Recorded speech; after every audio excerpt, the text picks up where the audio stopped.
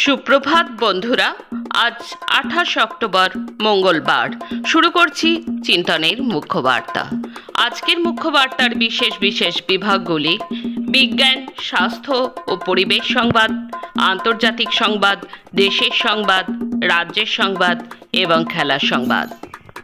বিজ্ঞান, স্বাস্থ্য, পরিবেশ সংবাদ। জ্যোতির্বিজ্ঞানীরা প্রথমবার এমন দুটি ব্ল্যাক হোলের ছবি তুলেছেন যেগুলো একে অপরের চারপাশে ঘুরছে।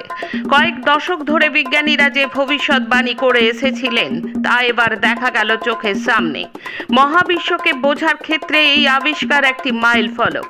সদ্য প্রকাশিত একটি ছবিতে দেখা যাচ্ছে দুটি সুপারম্যাসিভ ব্ল্যাক হোল একটি মহাজাগতিক নৃত্যে আবদ্ধ হয়ে রয়েছে। এদের অবস্থান ও যে 287 নামে একটি উজ্জ্বল কুয়াশারের ভেতরে। এটি ক্যান্সার নক্ষত্রমণ্ডলে প্রায় 500 কোটি আলোকবর্ষ দূরে অবস্থিত। গ্যালাক্সির কেন্দ্রে থাকা সুপারম্যাসিভ ব্ল্যাক হোলের চারপাশে গ্যাস ও ধূলিকণা প্রচণ্ড উত্তপ্ত হয়ে উজ্জ্বলভাবে জ্বলে। এই জ্বলন্ত অঞ্চলকেই বলে কুয়াশার। গবেষকরা বলছেন এই নতুন ছবি বাইনারি ব্ল্যাক হোল বা জোড়া ব্ল্যাক হোলের অস্তিত্বের সবচেয়ে স্পষ্ট প্রমাণ। এই গবেষণাটি গত 9 অক্টোবর দ্য অস্ট্রোফিজিক্যাল জার্নালে প্রকাশিত হয়েছে। চোখ রাখবো আন্তর্জাতিক সংবাদে। আমেরিকা যুক্তরাষ্ট্রের সম্ভাব্য গোপন অভিযান থেকে নিজেদের উপকূল রক্ষায় সামরিক মহড়া শুরু করল ভেনেজুয়েলা। ক্যারিবীয় অঞ্চলে যুক্তরাষ্ট্রের সামরিক উপস্থিতি বাড়াতে থাকার মধ্যে শনিবার ভেনেজুয়েলার প্রতিরক্ষা মন্ত্রী একথা জানান।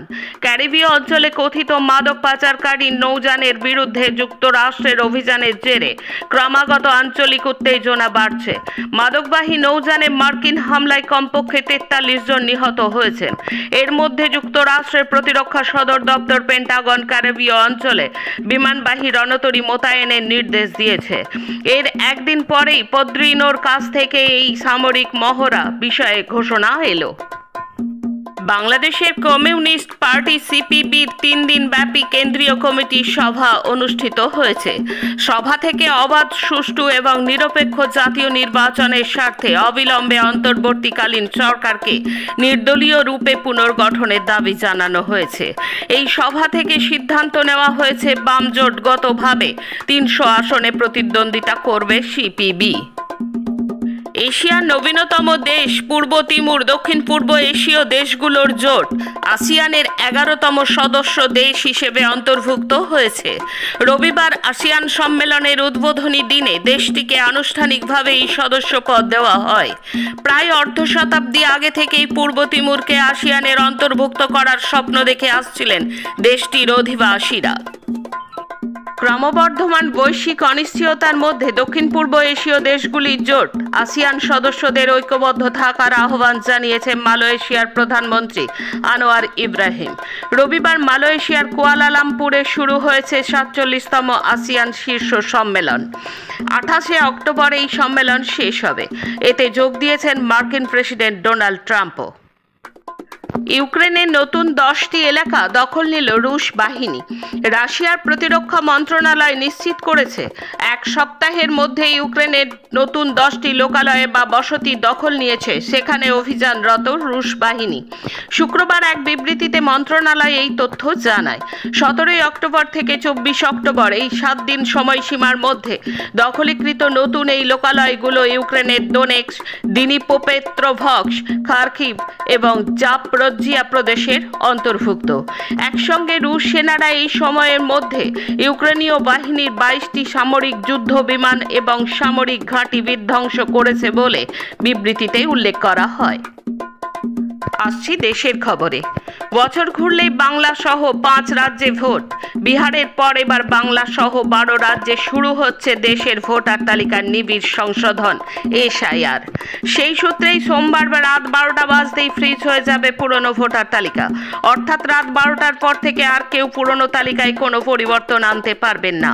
সোমবার নয়াদিল্লির বিজ্ঞান ভবনে সাংবাদিক বৈঠক করে জাতীয় নির্বাচন কমিশন জানিয়ে দিল সোমবার রাত থেকেই বাংলা সহ 12 রাজ্যে রাতেই ভোটার তালিকা ফ্রিজ করে দেবে কমিশন। নির্বাচন কমিশনের নির্দেশ অনুযায়ী সংশোধন প্রক্রিয়া শেষে 7 ফেব্রুয়ারি 2026 তারিখে চূড়ান্ত ভোটার তালিকা প্রকাশ করা হবে। 5 বছরের দীর্ঘ বিরতির পর অবশেষে পুনরায় শুরু হলো ভারত ও চীনের মধ্যে বাণিজ্যিক বিমান পরিষেবা। সোমবার থেকে কলকাতা এবং গুয়াংজু শহরের মধ্যে দৈনন্দিন ফ্লাইট চালু করেছে ইন্ডিগো। ফলে ভারত ও চীনের মূল ভূখণ্ডের মধ্যে ফের আকাশপথে সংযোগ ফিরে এলো। মহাগঠবন্ধনের শরিক আরজেডি, কংগ্রেস, বাম দল এবং বিকাশশীল ইনসান পার্টি তাদের নির্বাচনী ইস্তেহারে আইন শৃঙ্খলার উন্নয়নকে সর্বোচ্চ গুরুত্ব দেওয়ার সিদ্ধান্ত নিয়েছে। পুলিশ ব্যবস্থার সংস্কার, নিয়োগের স্বচ্ছতা এবং নাগরিক নিরাপত্তাকে প্রাধান্য দেওয়া হচ্ছে এই ইস্তেহারে। গঠবন্ধনের ইস্তেহারে 3টি প্রধান বিষয়কে সামনে আনা হচ্ছে: শিক্ষা, কর্মসংস্থান এবং শ্রমিক পরিযায়ন রোধ। বিহার বিধানসভা নির্বাচনে এবার কঠিন লড়াইয়ে এনডিএ। রাজ্যে ক্ষমতা ধরে রাখার চ্যালেঞ্জ তাদের সামনে। অন্যদিকে জোটের আসন বন্টনের জটিলতা কাটিয়ে ক্ষমতা দখলে শেষ মুহূর্তে সক্রিয় বিরোধী মহাগঠবন্ধন। ছট পুজোর পরদিন 28 অক্টোবর তারা প্রকাশ করতে চলেছে যৌথ নির্বাচনী ইস্তেহার। সোর্সের কাছ থেকে কাটমানি নেওয়া নিয়ে ত্রিপুরার বিজেপি মন্ত্রী সুধাংশু দাসের স্বীকারোক্তিতে রাজ্য সরকারের অস্বস্তি আরও বাড়ল। শনিবার প্রদেশ কংগ্রেসের পক্ষ থেকে মন্ত্রী সুধাংশু দাসের বিরুদ্ধে মামলা দায়ের করা হলো। দুর্নীতি, আইন শৃঙ্খলা, দারিদ্র, সাম্প্রদায়িক মেরুকরণের চেষ্টায় উদ্বেগ প্রকাশ করল ত্রিপুরা বামফ্রন্ট। রাজ্য জুড়ে আন্দোলনের ডাক দেওয়া হলো। কেরালার অসাধারণ সাফল্য বিশ্বের দৃষ্টান্ত স্থাপন করেছে। কেরালার সাথে গুজরাট মডেলের কোনো তুলনাই হয় না, বললেন মানিক সরকার। ঋণে জর্জরিত আদানি গোষ্ঠীকে পুঁজি জোগাতে মোদী সরকার এলআইসিকে সেখানে লগ্নি করতে চাপ দিয়েছিল বলে অভিযোগ তুলেছে আমেরিকার সংবাদ মাধ্যম। এই নিয়ে দেশে চলতে থাকা উত্তাপের মধ্যে এলআইসি দাবি করল খবর মিথ্যে, কোনো চাপ ছিল না। যদিও রবিবার আরেকটি মহল দাবি করল ওই গোষ্ঠীতে সম্প্রতি শুধু এলআইসি পুঁজি ঢালেনি, তাদের থেকেও বেশি ঢেলেছে আমেরিকারই একাধিক জীবন বীমা সংস্থা। ফলে সেই দেশের সংবাদ মাধ্যমের যুক্তি ধোপে টেকে না। এখন রাজ্যের খবর।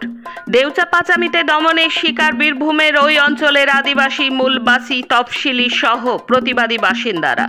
আক্রান্ত প্রতিবাদী বিভিন্ন সংগঠনের কর্মীরা। তার বিরুদ্ধে ধিক্কার জানিয়ে গণকনভেনশনের ডাক দিল বিভিন্ন সংগঠন।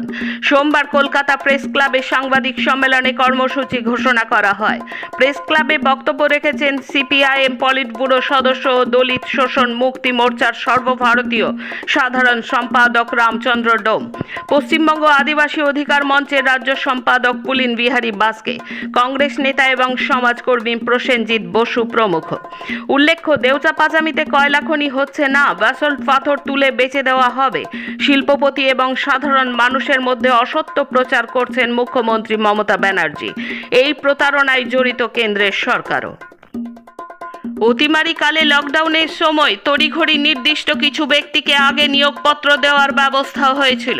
হাই প্রোফাইল কেস হিসেবে গণ্য বেশি গুরুত্ব দেওয়া হয়েছিল তাতে। এসএসসি মামলায় আলিপুরের বিশেষ সিবিআই আদালতে সাক্ষ্য দিতে এসে এমনটাই জানালেন রাজ্য শিক্ষা দপ্তরের আধিকারিক রাজেশ লায়েক। কাজ দেওয়ার নাম করে মুর্শিদাবাদ থেকে ফুসলিয়ে নিয়ে আসা হয়েছিল মুর্শিদাবাদের 6 নাবালককে। পাশের রাজ্য ওড়িশায় তাদের পাচারের পরিকল্পনা ছিল। পাচারকারীদের সেই চেষ্টা ব্যর্থ করল রেল পুলিশ। হাওড়ার শালিমার স্টেশনে উদ্ধার করা হলো ওই নাবালকদের। গ্রেপ্তার 4 পাচারকারী।